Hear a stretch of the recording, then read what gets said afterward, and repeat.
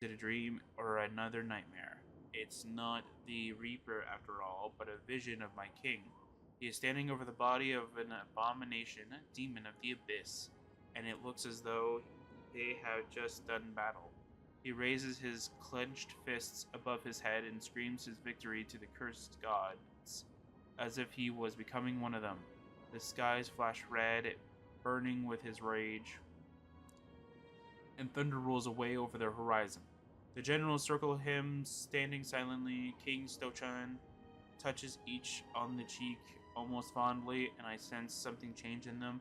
Lightning splits the sky, but I can't tell what is different, except that they seem to have grown. Stochan is holding what looks like a dagger up to the light, and I don't know why, but for a moment it reminds me of a key, but for what?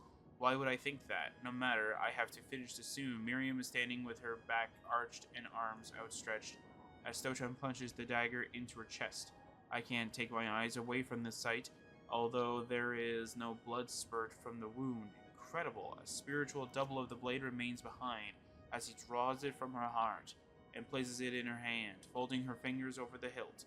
The light catches it, and I can see it is unblemished, an exquisite thing. It is too beautiful to be one of a kind. I wonder if it is. There is no more. My sight is fading. I almost drop the quill, and a splash of ink drops onto the parchment. It's spreading and growing. How can this be? It's filling the room like a smothering cloak, and my skin burns. Yes, I am here, waiting for you. I'm not afraid. Okay, so I know I just closed it to just reopen it. So sometimes you'll see like this part. Actually, where's that part that I definitely got? You can definitely see here. So there's not a space here. So that's why like sometimes I pause when it's not like a period or a comma kind of thing. And I have to look at it because I'm like years I will continue, right? And even sometimes it'll happen like after the period too, like here. Father period he, and there's no space in between here. Just something small, but still like something that's like it hurts me seeing it kind of thing. So it's like I gotta try and slow down and read it kind of thing to make sure that I understand what's trying to be said. I don't know. Anyway, how this short note reaches you in time. Please, before you throw it away, let me say I'm sorry. Sorry for dragging you into that mess, and that I don't blame you for being angry. No more get-rich-quick schemes, I promise. I gave the silverware back like you told me to. I should call you my conscience. You always get me out of trouble. Anyway. I've been in Bruma for some time now. I bought a little cabin just outside the city. A few weeks ago, I was in the tavern and overheard some traders talking about a ruin they found. Lucky for us, they couldn't find a way inside when they left. One of them dropped a drawing. It looked like an artifact of some kind, and I think it would be worth something to a collector. For a good cause, of course. Unfortunately, he came back and took the picture, but I remember where the ruin is. The problem is I need some help. I don't think I can do it alone. Can you forgive me and help an old friend? I'll give you some time to think. But if you can't make it in 15 days, I'll have to leave without you. The ruin is a long way, and the weather will be against us if we leave it too long. One more thing.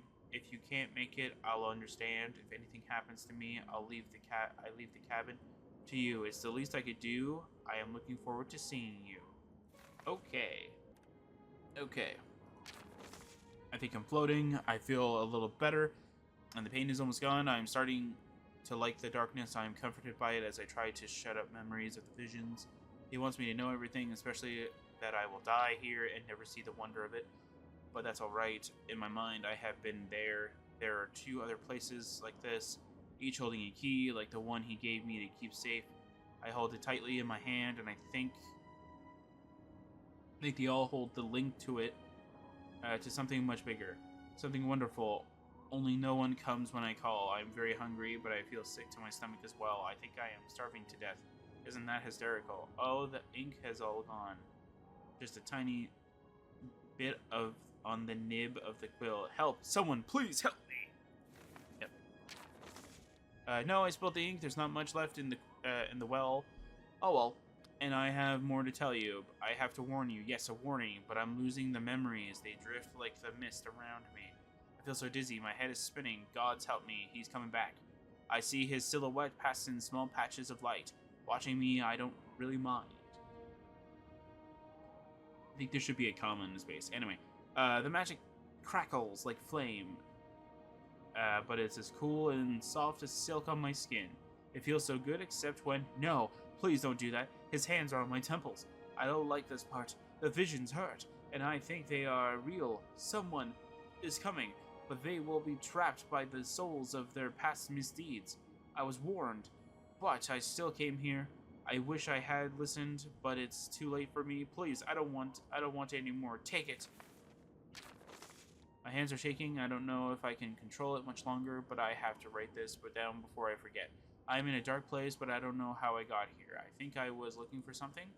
I might have even found it. Yes, I think I did, but I don't want it anymore. Take it back. Take it. Please. I want to scream and scream, but I'm afraid to. So I hold it in my throat and nearly choke. The other one is back. I don't like the way he looks at me, like he's draining my life away. I hear him talking sometimes about the gates to Aesgaard. What is that? A place? Will I be going there? I think not.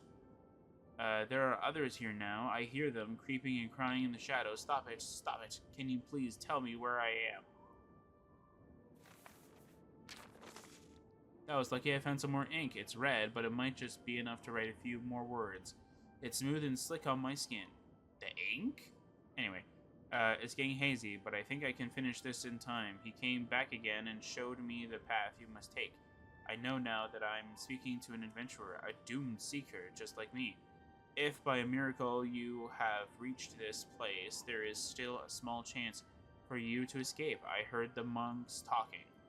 I don't know where I am, except that this place lies between the fragile borders of Tamriel and a parallel world. I think it means side by side. I'm just telling you what they said. It makes me dizzy to think about it. You must find the dagger, or is it the key? It is a pretty thing, though, and sharp too. I could cut myself deeply with it if I could just touch it.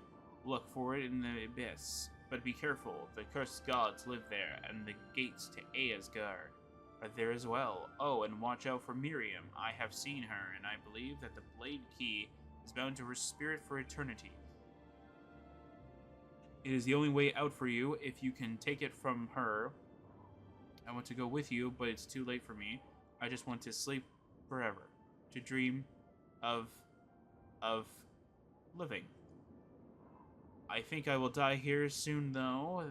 If they let me, someone's coming. I don't know who it is, but I hope they are here to take me away. I want to cry, but I have no salty tears left, only bloody ones. I am so very sorry. Ghouls and Ghosts by Margaret Farrell, Knight of the Wolf. Exhausted and gasping for breath, we finally reached the massive stone door at the top of the stairs. It had partially closed while we were gone, leaving only a small gap at the bottom near the floor, and particles of dust and debris swirled and danced with the slight breeze coming through the opening. I had a brief moment of panic. It had taken us hours to lever it open. Okay. To lever it open from the outside, chipping away at the crumbling stone with rusty pickaxes.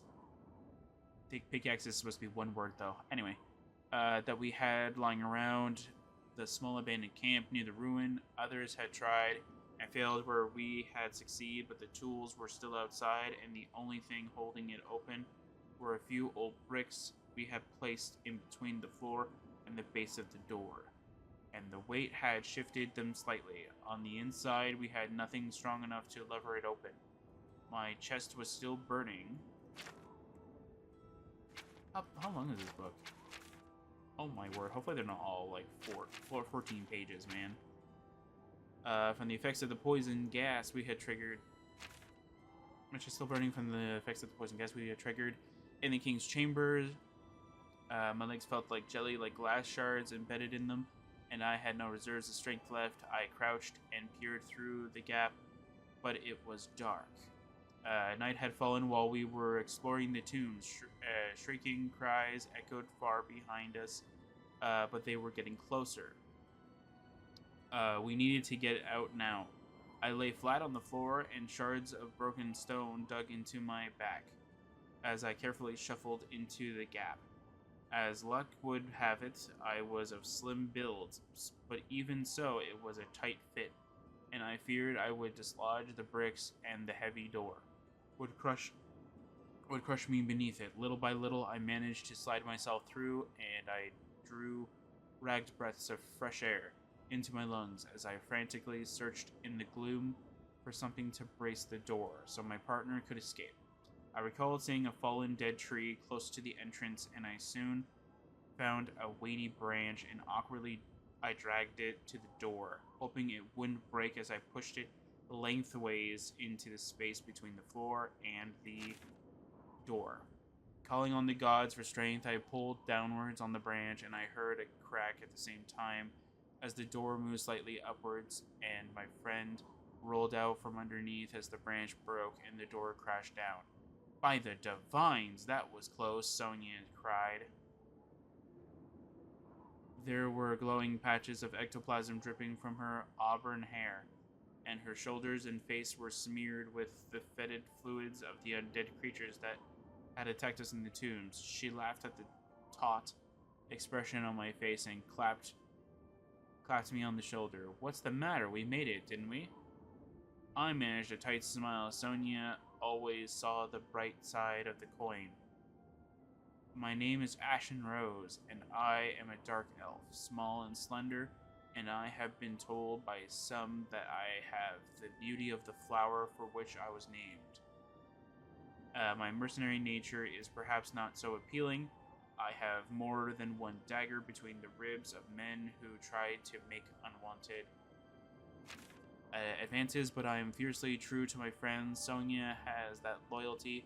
We were both casualties of childhood tragedy and misfortune, and I relaxed a little as I saw in her eyes once again a little of myself. Before I continue, I think that this book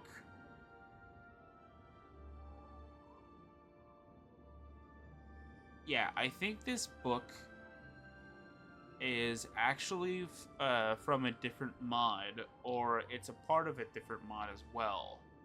So there is another mod made by the same creator called Red Sonja, and it's a companion mod. And from what I remember, you have to retrieve a book for them, and I think it's this one right here. I don't know if it has the same name. It might just be like just one, like it could just be called Ghouls and Ghosts, right? But it's the same thing, so maybe. I mean, it says Sonia, right? Like as the name of the person, like Sonia cried, so it could be that. So this is actually kind of cool history, though, for the Red Sonja mod, in my opinion, with having the Ashen Rose as the companion. That's actually kind of interesting. Anyway, back to the book. I looked up at the sky, and the dark clouds that had previously obscured the stars were drifting away on the breeze. The moon was full, hovering like a watchful eye. I shuddered. It was too quiet. Not even the creatures of the night stirred. Listen, I whispered. Fingers of icy dread trailed down my spine. Something is wrong. I think we're being watched. I feel it too, Sonia replied. She reached over her shoulder and grasped the hilt of the claymore in its scabbard on her back. Ever watchful, we started down the hill path towards the valley, where we had left our small camp. As we moved further from the ruins, the sounds of small animals and insects gradually returned to the night, but I became more uneasy and started to run. Suddenly, from nowhere, a maniac howling ripped the night apart as the silhouette of a huge animal leapt high in the air and blocked our path. Werewolf! It stood upright like a man with crimson glowing eyes and a long vulpine face, and as it howled to the moon, I saw sharp canine teeth dripping with gore. It had long, vicious claws that had already dripped crimson, and they were flexed ready to rip and tear. Damn, I thought these beasts had been wiped out. I hissed. Sonia, you need silver. They can heal the bite of steel. Don't damage the pelt, Sonia whispered, as she drew a small silver dagger from her boot. I will strip it from the beast. The werewolf had not yet made a move, but stood with its head on the side like a common dog scenting the air. Guttural sounds rumbled deep in its chest, and there was a glimmer of intelligence and a deep sense of sorrow in the glowing bestial eyes. Sonia and I both tensed, ready to leap away at the slightest movement. Very carefully, I withdrew a small vial of poison, I'm guessing. I'll just say a vial of poison. From a pouch on my belt and removed the stopper. The werewolf watched with interest while I withdrew an arrow from my quiver and dipped the arrowhead into the toxin. I had no idea if the beast would be affected by it, but I only had one silver arrow. I must not miss. I started to back off, pulling back the string of my bow while Sonia began to circle the creature. At once it leapt towards her, and she quickly crouched. Then, like a spring, she rose so that she was within the circle of the beast's arms. I was able to sink the dagger through the thick fur into its belly. The werewolf howled in agony, and while it was distracted, my arrow struck with deadly precision. Deep in its left eye, maddened by pain, it thrashed and howled even as Sonia withdrew the blade and thrust it again into the already open wound. She jumped away as the werewolf staggered and fell to the ground, writhing in its death throes. At the end, it whined as if it was crying while the glow faded from its eyes. There was a strange expression on its face, almost like gratitude. The clouds once again obscured the moon, and the night sounds returned. What next? I said as I retrieved my arrow. I wonder if it wanted to die, Sonia said, as she started to take the pelt. It didn't really fight back. It looked sad at the end. Perhaps we did it a favor, then, I replied. At least you'll get your fur boots. We both turned together to look back up the hill. The door of the tomb loomed ominously, and we both knew we might be returning here someday. Cool. Ghouls and Ghosts 2 by the same person, Margaret Farrell. Eyes of the Zombie. It was many weeks before we had returned to the ruins. We had rented a small farm